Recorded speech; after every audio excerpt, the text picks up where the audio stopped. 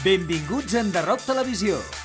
Una setmana més us portem l'actualitat de l'escena musical del país amb protagonistes d'excepció. Avui és el torn del Rosa Luxemburg, el paradigma de com es mulla la nova generació del rock en català. També repassarem l'agenda de festivals. Us posarem al dia de l'evolució del concurs Sona Nou. Repassarem la llista dels millors clips i coneixerem l'opinió d'un crac mediàtic, Pere Espinosa. Comença un nou capítol d'Enderroc Televisió. Aquest és l'últim vers que escric per tu. Després saltaré per la finestra, caient, creuré en el cel o l'infern. Potser desitjaré que existeixin.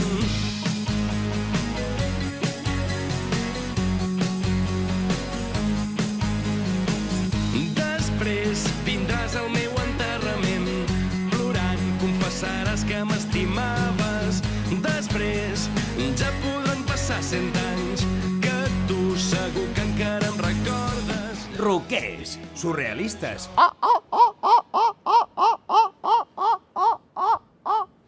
provocadors. Ets la meva ferida, talismà. Rosa Luxemburg proclamen als quatre vents la revolució amb nom de dona i exposen en el seu nou disc Com cremar una ciutat. Com valoreu el resultat d'aquest tercer treball?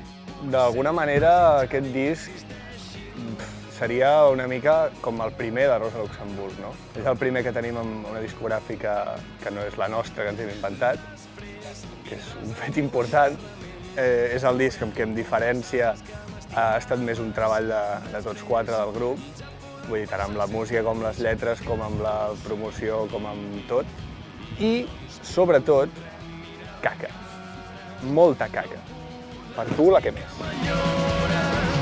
Tu m'has aixafat, tu m'has creat, m'has fet ser un record per ser ignorat. Quines són les principals virtuts del disc? La gran gràcia musical que té el Com cremar una ciutat és que no li passa com molts discos, que tothom algun cop li haurà arribat algun disc a les mans, hauràs posat la primera cançó i haurà començat a tirar endavant i dirà vale, ja pillo el rotllo, pum, com a posabassos.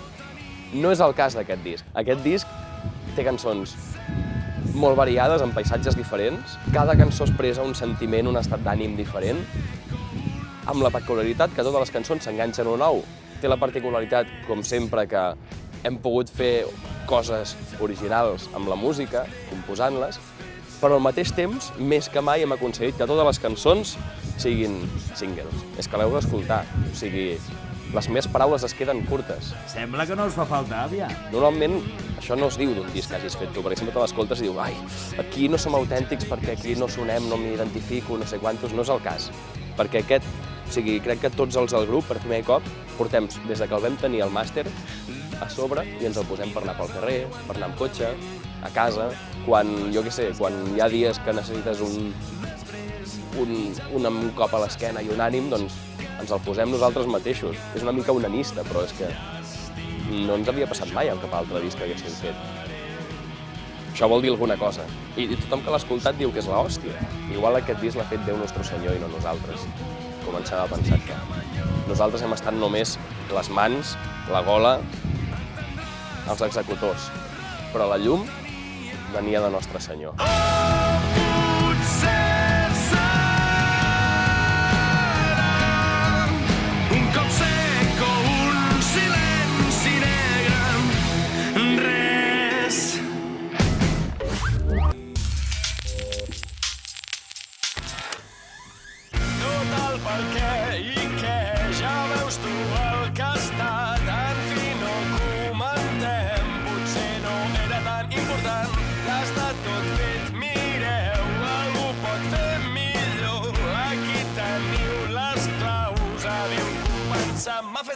El primer misteri de Rosa Luxemburg és l'elecció del nom d'aquesta revolucionària de principi del segle XX com a estandard.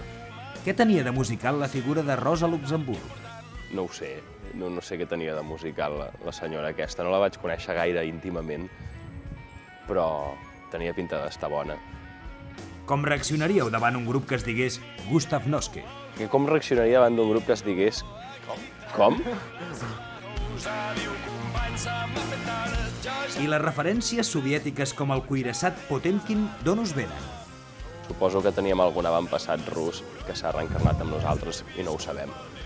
Per això mengem tanta paella valenciana. És típic de Rússia. Ja no tinc res més a dir, no. Ara continueu vosaltres, Teniu una definició pròpia del grup? Rosa Luxemburg mola molt, no ens veieu? O sigui, estem desbordats de molositat. Som l'exemple vivent d'allò que mola. Fins i tot estem en un hotel amb una piscina que dona vistes a un port. I som de port. Quin pla teniu previst per assolir l'èxit? Quin plat? De macarrons. Quin pla del mal. Bueno, doncs anar aprenent del que fem. És fer camí. Tota pedra fa paret. Per tu he apagat el meu sol, però tu ja no fas llum, te l'has endut lluny. Per tu vaig obrir els meus balcons, però ara has marxat, sol amb el fred m'has deixat.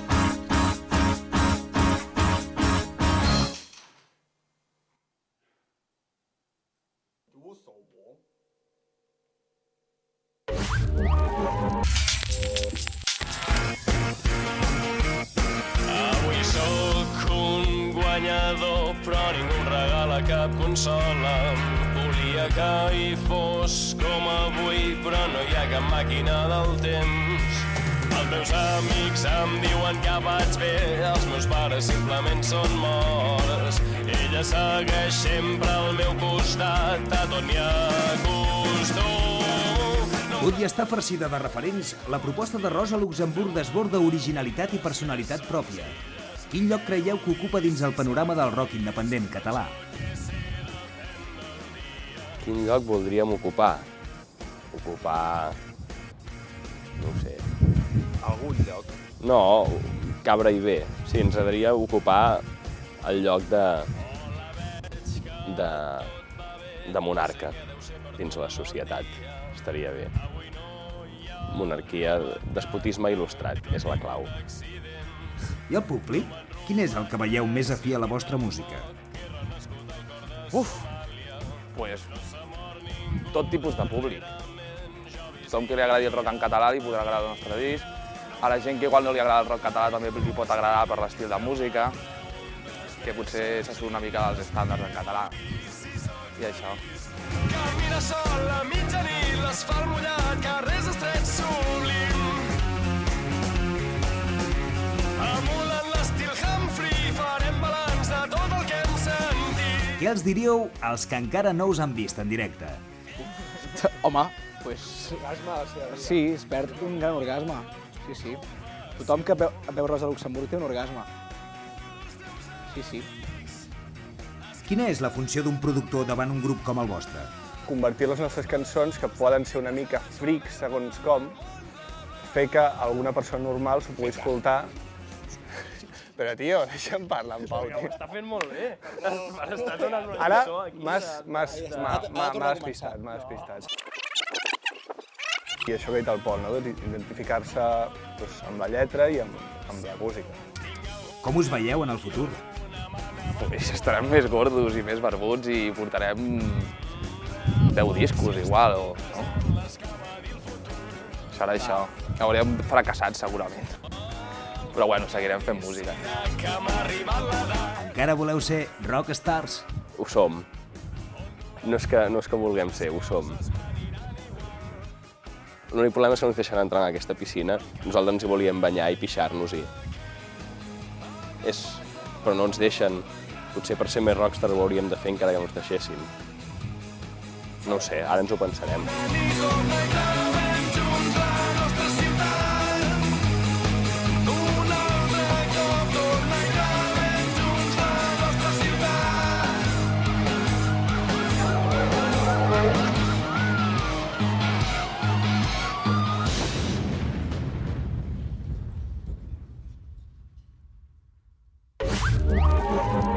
Segueix enganxat en The Rock Televisió.